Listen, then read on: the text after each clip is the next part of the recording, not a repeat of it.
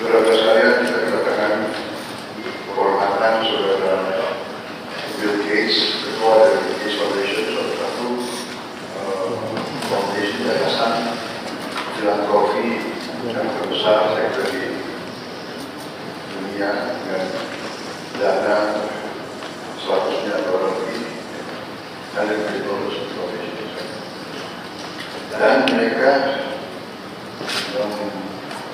memberi bantuan tiap tahun 9 miliar dolar dan beliau sampaikan dalam beberapa tahun yang akan datang hampir semua dana tersebut akan dikembalikan bagi dia semua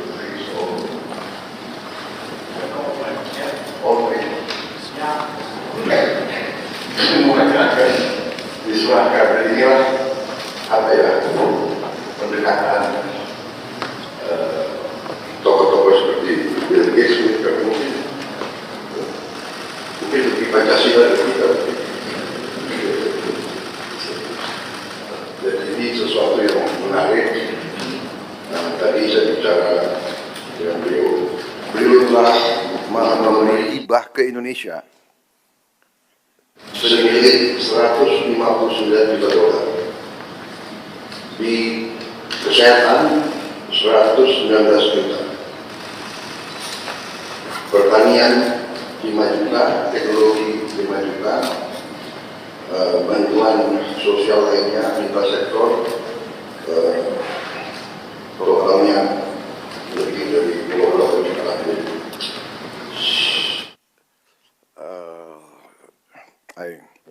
I told the floor that you have assisted us directly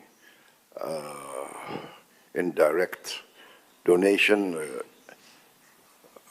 more than 159 million US dollars since 2009, mostly into health, terutama hal-hal strategik seperti vaksin polio.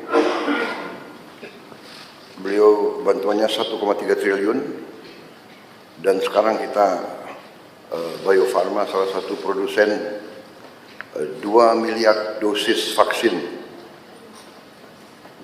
tiap tahun, dan ini untuk dimanfaatkan 42 negara di seluruh dunia, dipakai oleh 902 juta orang. Jadi hal-hal semacam ini, belum lagi vaksin lain, teknologi mRNA, dan teknologi pembuatan vaksin yang luar biasa. Terutama beliau sedang kembangkan vaksin TBC untuk dunia, tapi Indonesia akan jadi salah satu tempat yang akan diuji coba. Dan kita harus mengetahui bahwa TBC memakan korban kita cukup besar, yang meninggal hampir 100.000 tiap tahun, dan itu tekad kita untuk menurunkan. Dan beliau menunjukkan komitmen beliau untuk terus bantu kita di bidang itu. Juga untuk beliau sedang kembangkan vaksin malaria. So basically I informed them of all your commitment to help us control these very dangerous diseases that are endemic in our country, and success of the polio vaccine. And we look forward to a breakthrough in the malaria and TBC, which I think will not be too far in the future.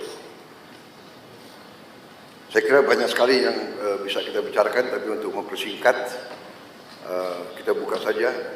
Maybe we invite you to give us a bit of your ideas, your vision for the future. And tadi saya sudah sampaikan keputusan saya sebagai Presiden Republik Indonesia karena dukungan beliau, bantuan beliau untuk Indonesia, tapi tidak hanya untuk Indonesia, untuk kepentingan manusia.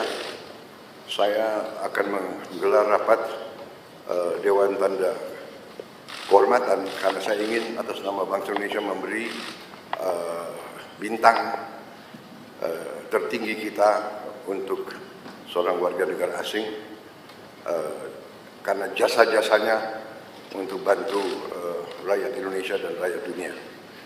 I just announced that I've decided to convene our council for the national awards and to award Mr. Bill Gates for his contribution to the Indonesian people and the world humanity as a mark of his commitment, dedication to humanitarian causes. And we agreed that I will try to do it in September in New York during the United Nations season. So I think this is a lot, not a lot, all of us will be in agreement that you really deserve this for your contribution to the cause of humanity. Thank you very much. I invite you now to... Please. Well, thanks everybody for coming. I'm excited to be here and I really appreciate the warm welcome the President has given me. It's an exciting week for me. I had a couple days up in Singapore. The foundation is putting a regional office in there that should allow us to collaborate more closely. You know, the Gates Foundation got started in the year 2000, and so actually it'll be on Thursday after I leave here, I go to New York City, and we'll have a big event to celebrate the 25th anniversary of the foundation and talk about what we've achieved and what our focus will be as we spend the rest of our resources. As you've heard, we mostly work in health, and you know, when I saw that my ownership of Microsoft would be very valuable, I had to ask, you know, what could I do that would have high impact? And I learned about disease and childhood death, and that for many problems like malnutrition or malaria or tuberculosis, there was very little money going into that. You know, the private sector wasn't doing it because the people who were suffering were mostly very poor, and the type of research needed, you know, would require lots of money and lots of patience. And so we made global health the biggest thing for the Gates Foundation. Part of that was creating an organization called Gavi, which was funded by us and governments, and has played a role in providing new vaccines to all the children in the world. And in fact, Indonesia is a great example of that because you've adopted new vaccines like rotavirus for diarrhea, pneumococcus for pneumonia. Now HPV is getting rolled out. And Minister Budi is actually on the board of Gavi, He got to know Gavi well during the pandemic, when that was a very positive relationship between Gavi and Indonesia. So we're carrying that forward. The basic statistic that always is amazing to me is that when the Gates Foundation was started in the year 2000, 10 million children under the age of 5 died that year. And most of that was because of diarrhea, pneumonia, malaria, or a few things that make children vulnerable in their first 30 days. 90% of the deaths were in one of those 4 categories, and so we committed that we would study those, create new tools, including vaccines, and help get them delivered. And so, in fact, the number of children who die under 5 has been cut in half. It's now below 5 million. Now, that's 5 million too many. And actually, in this region, including in Indonesia, that cut in half is true here as well. So it's been an amazing time period, and there's many new tools coming. You know, we need a tuberculosis vaccine, and in fact, the trials for a tuberculosis vaccine have started, including with the strong relationship here in Indonesia. We have 2 of the sites where we're testing that vaccine are here, and that will help us know how well it works, and then that'll be a benefit to the entire world. You know, so we're doing those trials in Africa and India and here. Very excited about that. TB is a great example of a disease that, because the rich countries don't have the disease, it just doesn't get hardly any money for diagnostics or drugs or vaccines. And so that's been one of our big focuses. You know, lots still to do in health. You know, Indonesia is very serious about malnutrition, and we have a number of proven tools like what we call multiple micronutrient supplement that pregnant mothers can take instead of just taking folic acid and iron. They take a pill that actually has many vitamins in it. And yeah, Indonesia is one of the first to launch that with the goal to get that to all pregnant women very quickly. And it really makes a big difference. You know, a lot of women have anemia, which is an iron deficiency, and so the foundation has an approach where you can just go in one time and get an infusion, and it fixes the anemia. And so over the next year or 2, we'll come up with a plan to roll that out in Indonesia. You know, so a lot still to be done in health, but the innovation pipeline is very strong, you know, including in low-cost medicine. And of course, as we address infectious disease, where we still have this work to be done, you know, then we also need to start working on heart disease and diabetes and other diseases where the tools will be inexpensive. The only other area to mention that the foundation works in is agriculture, trying to make seeds more productive and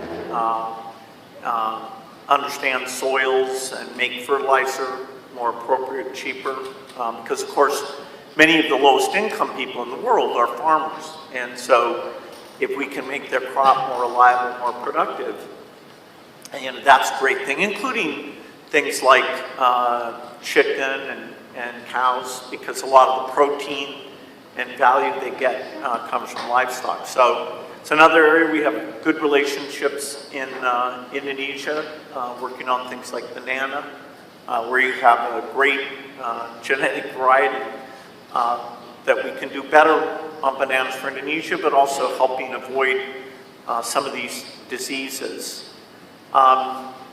You know, the Gates Foundation loves to encourage philanthropy, and you know, I think philanthropy can be a very powerful force. Of course, it's not a substitute for the private sector or business. It's actually quite small compared to those other two. And yet there are things like piloting new ways of doing education or piloting new medical tools where philanthropy can come in and do it in a unique way. And then if it works very well, over time, government will change the educational approach or the health approach. And philanthropy can be a lot of fun. It can be very high impact. We've had collaborations, not just with the government, but also with some of the philanthropists in Indonesia. Dr. Tahir's worked with us over the years. The Tanoto Foundation, the Tahia Foundation, a number of you, and we look forward to expanding that. Philanthropy is growing quite a bit. For example, today in India, about half of the work we do is with philanthropists in India. And it's kind of a perfect combination because we understand the global science very well, and the local philanthropist understands how you communicate, how you work with the government. They can go and see, is it really working, is it not working? And so these collaborations, I'm hopeful that we'll have more of those in the future. Even though there's a lot of challenges in the world today, some of the aid budgets are being cut in the rich countries because of the Ukrainian war and other challenges. I actually am optimistic that even if in the short run, in some parts of the world, particularly Africa, that the death rate may actually go back up a bit. If we take a longer time frame, and look at the next 20 years, I think we can achieve a lot. We can finish polio. The only disease that was ever eradicated was smallpox, and so polio would be the second major disease. We're very close to doing that. And once we finish polio, we'd like to try and eradicate measles and malaria as well. We have some new tools for that. And of course, part of my optimism about the innovation is because we have now artificial intelligence. And artificial intelligence, I can't state strongly enough how amazing this tool is, even in the last 6 months. The improvement, I know Satya Nadella from Microsoft was here last year talking about data centers and working with the government on those, some of those things. But the AI is going to help us discover new tools, and even in the delivery of health and education and agriculture advice, we'll be using AI. So, I've really enjoyed the philanthropic work, and I look forward to doing more. And again, thanks for the incredibly warm welcome that the President has provided for me. Thank you.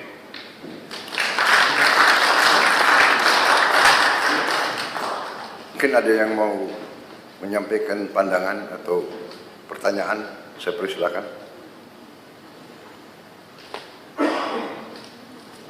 Silakan.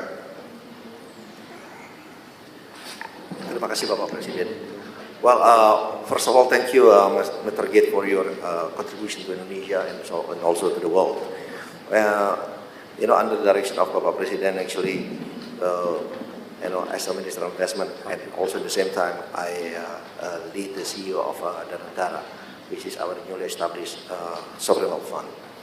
And actually, yesterday morning, we had a discussion with your team, because in Danantara, we're also setting up the Danantara Trust Fund, and on the internal discussion, we are committed actually to put 1 to up to 2.5% of our dividend payout ratio. So if you look at the number, actually, every year in the Danantara Trust Fund, we are going to put every year at least $100 million. $100 million. And for the next 5 years, even 5 to 6 years, if we look at the number, actually we will pledge to put up to $1 billion in the Danantara Trust Fund. So there's a potential collaboration with Gates Foundation also, because we are looking also in the same line of industries such as education, health, sanitation, and poverty alleviation. So again, there's potential collaboration, and we look forward get your feedback also on this. Thank you. And ladies and gentlemen, I'm working with Pak Rosan basically because every year I have a 1 billion rolling over grant for all institutions, and most of them come from the Gates Foundation, like Global Fund. Yeah. And that is where I learned that in developed countries, the philanthropy funding average is 2% of. So the potential in Indonesia with 1.5 trillion GDP is 30 billion US dollar per annum. However, many Indonesians would like to give, but the money they get is not through Indonesia, but through other countries. Because during COVID, I received a lot of grant from Pak Mukhtar, Sinar Wijaya, from Tanoto Foundation, but through other countries. The reason is because we don't have a trusted entities, because trust cannot be forced. It has to be earned. So that's why I talked with Pak Rosan, maybe we can establish, copying what Temasek Trust has, creating a Danantara Trust. And I wish Pak Bill, you can sit at the board with Pak Ray Dalio, your friends, because Pak Ray Dalio and Bill Gates also sit at the board of the Chinese philanthropic education. Pak Rosan have the ample of money as a catalytic functions, and I believe all of our friends here can contribute also, and you can also help to contribute. And Pak Gates have a systematic management that can help us earning the trust for these people so they can start giving the money to us. Thank you.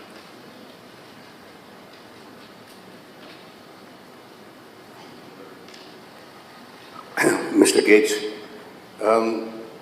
would it be possible to talk about non-health issues today? Certainly. Thank you. My understanding is that you're very interested and you've invested a lot of money in renewable energy. I've had several meetings with one of your partners, Edward Young, who is one of your partners, I believe still is one of your partners. So I'd like to know your thoughts about nuclear energy. SMRs, I understand you're in fact investing in Wyoming on nuclear energy, SMRs.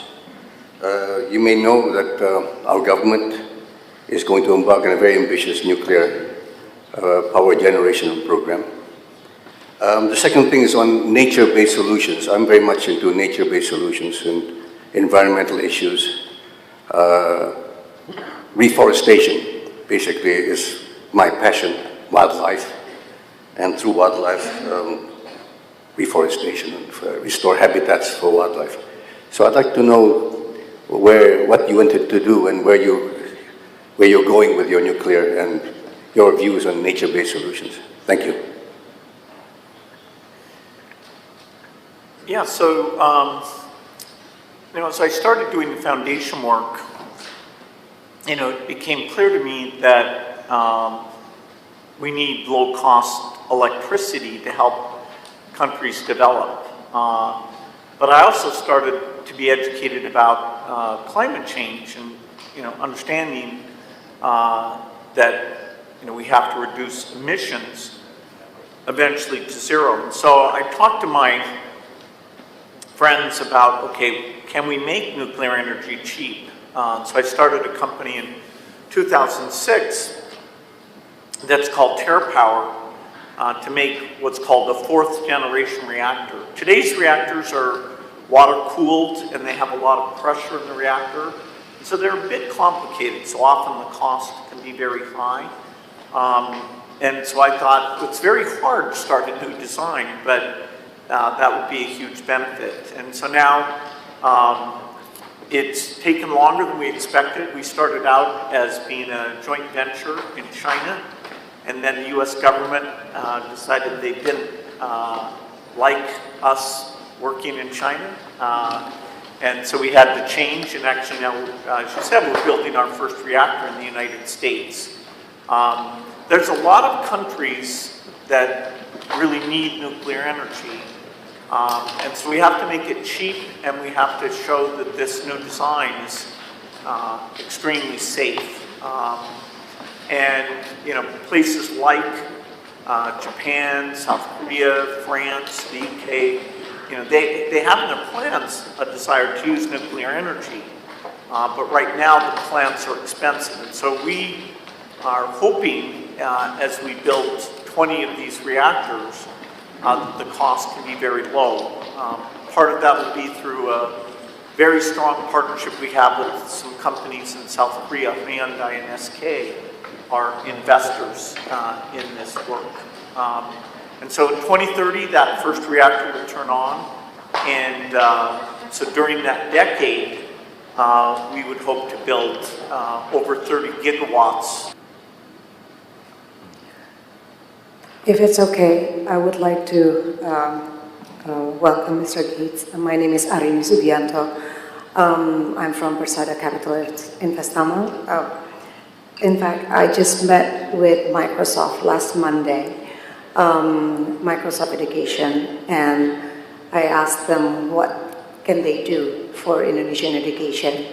I'm primarily working with a few CSRs within my work, and we learned that we really need to address the quality of teaching, because otherwise there's no way for us to increase the quality of education if the teaching faculties are not standard. And I learned from the Microsoft team that you actually have the Copilot AI, which enables self-teaching for a lot of teachers or teaching faculty. And the question that I asked on Monday, which now I'm going to address to you, is there any way that we could actually collaborate more and give more? Because I would like to actually knock on doors. What Bapak di sini for, you know, to everyone that's present here, because the government will not be able to do it alone. The private sector needs to actually contribute in eradicating illiteracy and improving the teaching quality. Hence, we can actually achieve higher order thinking. Unfortunately, that is the biggest hurdle that we experience in finding new talent in employment. And I heard Bapak Presiden had pushed for the AI learning and everything. Unfortunately, we don't have the infrastructure in terms of the brain capacity to even think properly to create simple tasks. So I wonder if we could actually use your Copilot to be deployed to you know, around Indonesia, using the hands of CSRs, because there's no way we can do this alone. No way one party can do it alone. Using the tools of everybody's CSRs, as you said, nobody trusts to give money to people they don't know, like Pak Budi had said, and I completely agree with that. So if they know everyone that sits here and actually working for the same cause and the same vision, the basic need that we need is to help our teachers, teaching faculties all over Indonesia, from maybe -10 to become -5, -5 to become 0, and hopefully the more elite education could become more global standard. So it's a very big question, but that's basically the essence. Thank you. Yeah, so, you know, obviously I think, you know, if you've got two things that help the future of your country, that health and education, you know, would go together. The healthier the kids are, you know, less stunting, malnutrition, the more they can be educated, and then, of course, the more they're educated, then their, you know, economic output allows the government to put more into health, and you get this virtuous cycle. If you look at education statistics in this region, the two exemplars would be Singapore and Vietnam. Singapore is kind of amazing, which is, okay, they're rich and it's partly cultural, but their education outcomes are really amongst the best in the world. Vietnam, for its level of income, is the best in the world.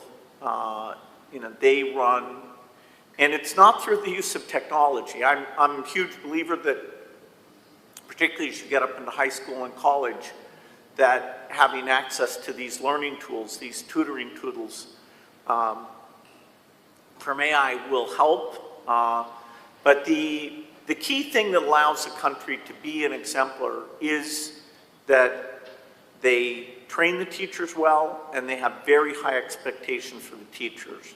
In some countries, the teachers are so politically strong that asking them to do this, what's called structured pedagogy, sometimes doesn't work well. Our education work is a very small part of the foundation, only about 4%, and most of it's in the US, but we have some partners in India. Ashish Dewan, who's actually board member of the Gates Foundation. And India's a good story because 5 years ago I would have said to you, India is not very serious about education because the measurements, they weren't paying attention. But really in the last 5 years, they're adopting new practices, including structured pedagogy. They're seeing very good improvement from quite a low level. But they're willing to look at the bad statistics and say, oh no. And they have a lot of interstate competition, whereas one state's doing something well, the other states are like, oh no, we have to catch up. So I think they're, even regionally, there's a lot that can be learned. Then you do want to connect into AI. The Gates Foundation funds a group called Khan Academy that does an AI called Khan Amigo.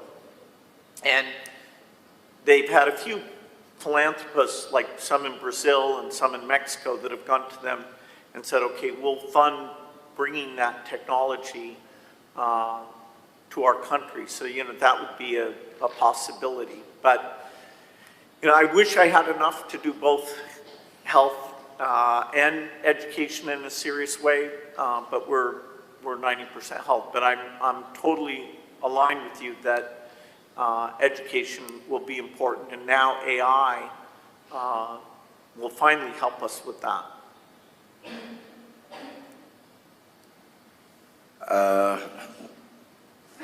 I think because of the time and Mr. Gates' very tight schedule, he has to fly to New York, so I apologize if I cannot give the opportunity to all of you, but at least we have heard the vision of Mr. Bill Gates, and Mr. Bill Gates promised also to sponsor very important events in Bali. First is about malaria, and the second is cervical cancer. Two important international conferences. Most of the important stakeholders around Asia Pacific will be there, and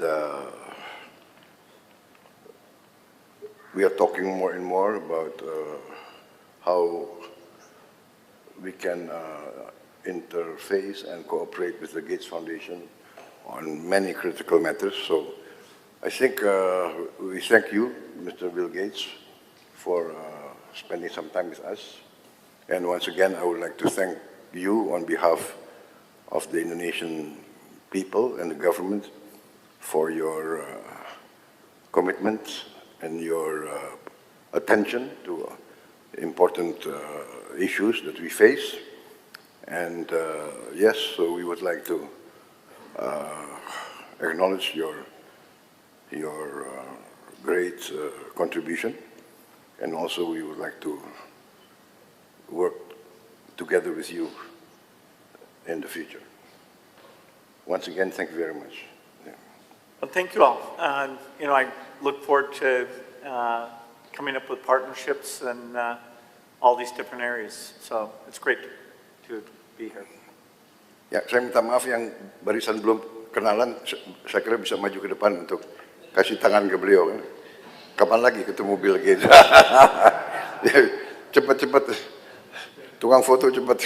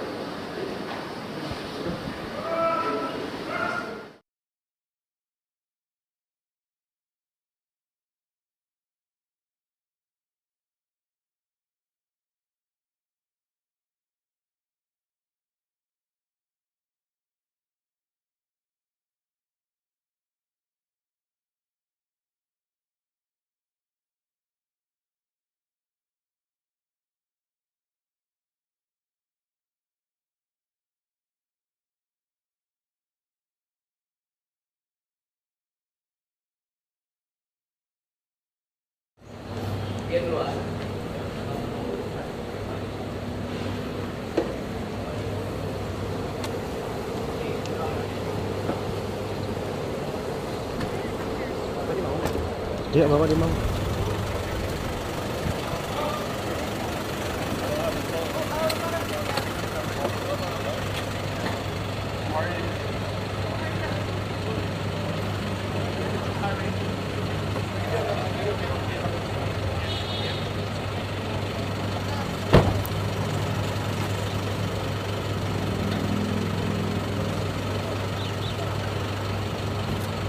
Saya ikut rakyat, Mas.